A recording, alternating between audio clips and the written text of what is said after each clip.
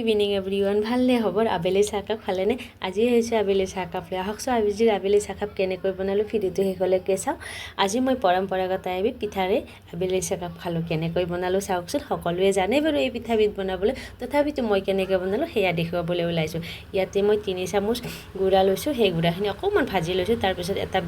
বিটৰ ৰস ওলাই লৈছোঁ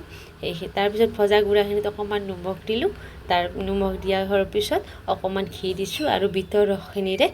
অকণমান অলপকৈ দি কিনে আমি আটা যেনেকৈ বাৰু ৰুটি বনালে তেনেকৈ অলপকৈ মাৰি লৈছোঁ এয়া দেখিছেনে আটাৰ নিচিনা লাড্ডুটো বনাই লৈছোঁ তাৰপিছত এনেকৈ হাতেৰে সৰু সৰুকৈ আঙুলিৰ নিচিনাকৈ বনাই ল'লোঁ এইখিনি গোটেইখিনি বনোৱা হোৱাৰ পিছত দেখিছেনে কালাৰটো অলপ বেলেগ হৈছে বিট নিদিয়াকৈও বনাব পাৰি বিট নিদিয়াকৈ বনালে বগা হৈ থাকিব তাৰপিছত মই এটা কেৰাহীত 1 গিলাচ গাখীৰ লৈছোঁ এইখিনি গাখীৰখিনি অকণমান গৰম হোৱাত তাত 1 চামুচ চেনি দিলোঁ আৰু